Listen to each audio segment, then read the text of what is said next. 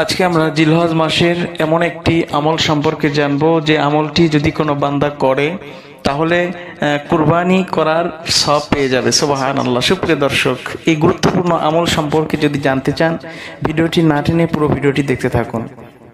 হাদিসে এসেছে, নবী করিম সাল্লাল্লাহু আলাইহি ওয়াসাল্লামের নিকট একজন সাহাবী আসলেন।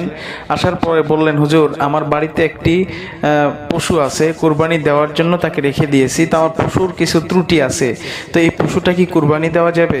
নবী করিম সাল্লাল্লাহু আলাইহি ওয়াসাল্লাম বর্ণনা শুনে বললেন যে না, তোমার এই পশুটা কুরবানি দিতে হবে না এবং তুমি কুরবানি এই পশুটা দিবে না। তবে তুমি যদি একটি কাজ করতে পারো তাহলে যারা কুরবানি দিয়ে যেই সওয়াব পাবে সেই সওয়াব তুমি কুরবানি না দিয়েও পেয়ে যাবে। সুবহানাল্লাহ। তো সেই আমলটি হলো, নবী করিম সাল্লাল্লাহু আলাইহি ওয়াসাল্লাম বললেন তুমি একটি কাজ করবে।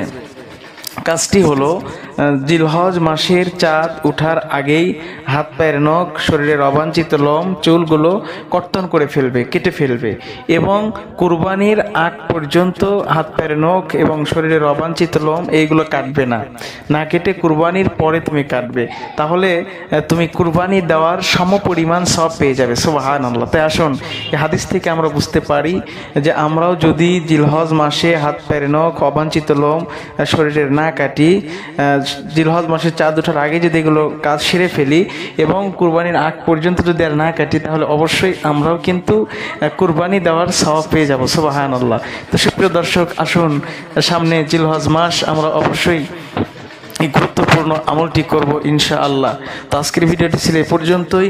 কোরবানি সংক্রান্ত যে কোনো মাসালা জিজ্ঞাসা করতে চাইলে আমার এই ভিডিওর কমেন্ট বক্সে প্রশ্ন করলে উত্তর দেওয়ার চেষ্টা করব ইনশাআল্লাহ। তো পরবর্তী ভিডিও পাওয়ার আগ পর্যন্ত সবাই ভালো থাকবেন, সুস্থ থাকবেন। ধন্যবাদ। আল্লাহ হাফেজ। পরবর্তী ভিডিও দেখার আমন্ত্রণ রইল।